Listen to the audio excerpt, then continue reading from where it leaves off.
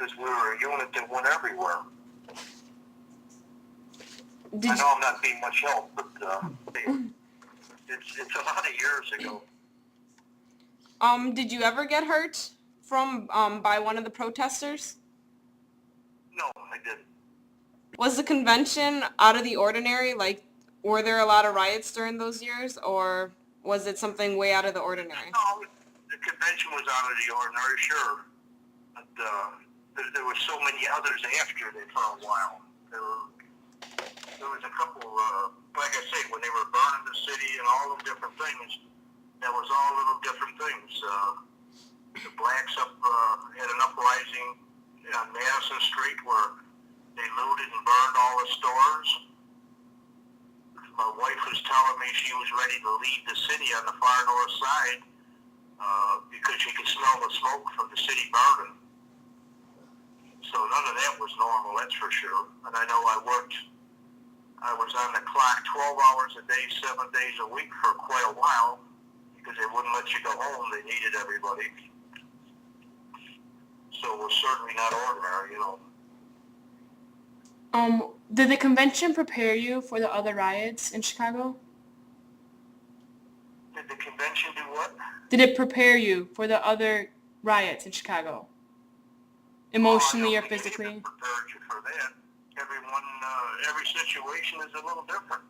You know, you got a different set of people, and most of the convention rioters were young, fired up, teenage, early 20s kids. And in a group, they were very brave and tough and everything else, but if you split up the groups, you know, they were a little more docile. Do you have any regrets from the convention? Do I regret it? Yeah. I regret we had to do what we had to do. I regret that the people acted the way they did. Did you ever have to result in violence toward some of the protesters? Did I have a what though? Did you ever have to act violent to one of the protesters? No, just some of the arrests you make, you know, they want to struggle and all that, but you use the force you need to put them in a wagon, that's all. That's As kind of far cool. as violent, no, I didn't do anything violent. How about your partner? No, I don't believe my partner did anything wrong violent. Not that I saw, anyway.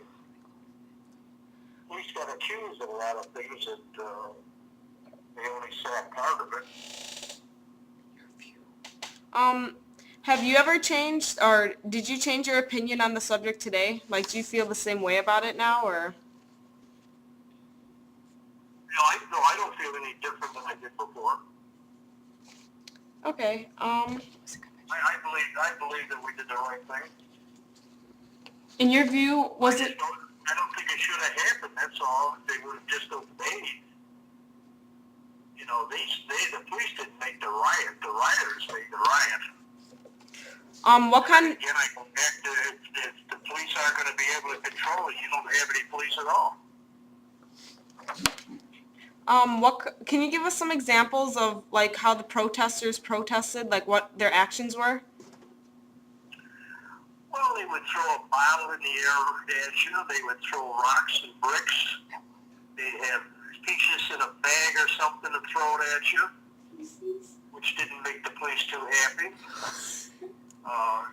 Everything was done like from the middle of the crowd, cowardly, outward.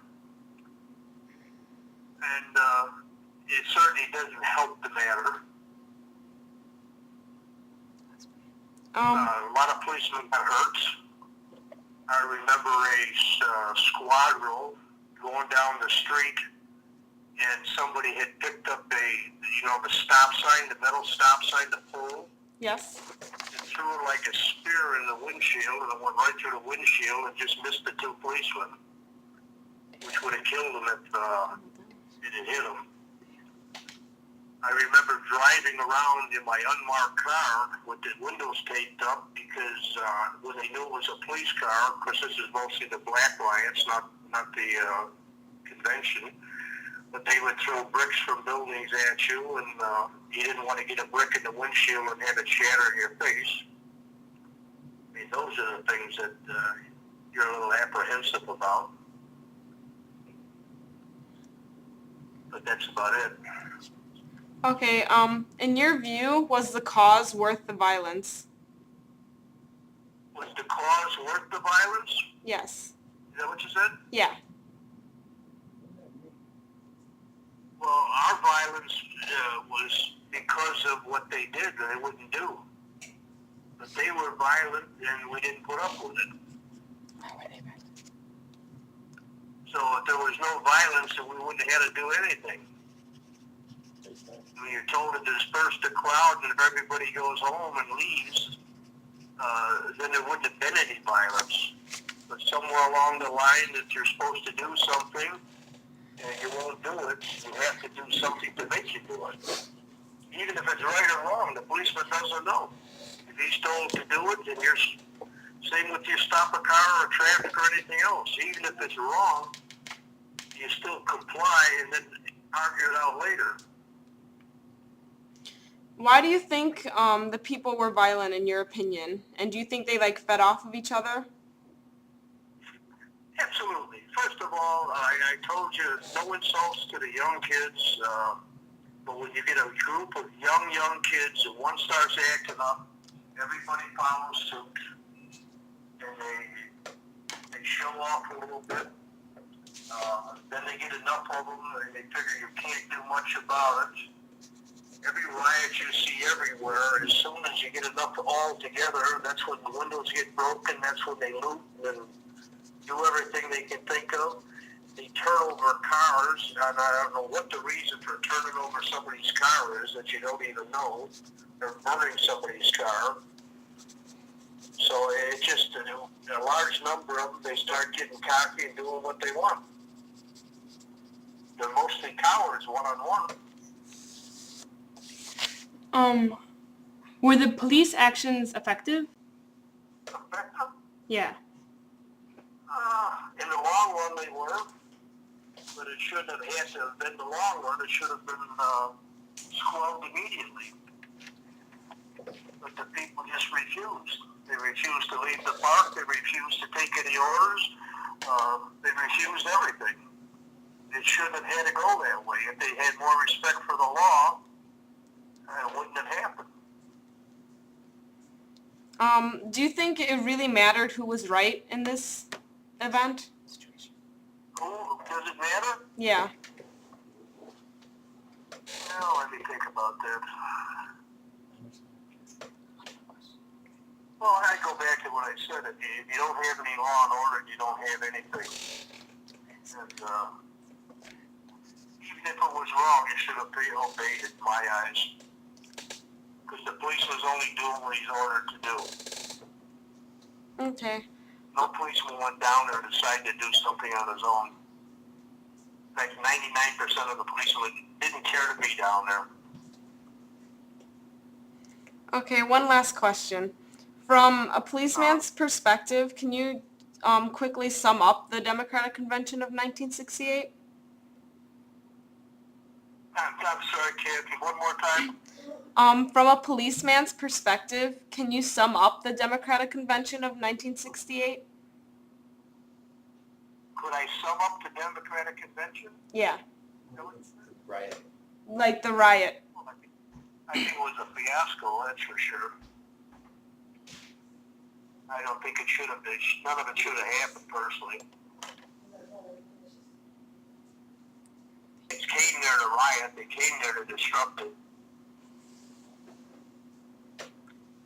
You used to go in, and the kids, I say this, some of them, certainly not all of them, but a few of them, they'd have a roll-up paper with a pipe in it, which I wasn't too thrilled with that idea of getting hit with a pipe.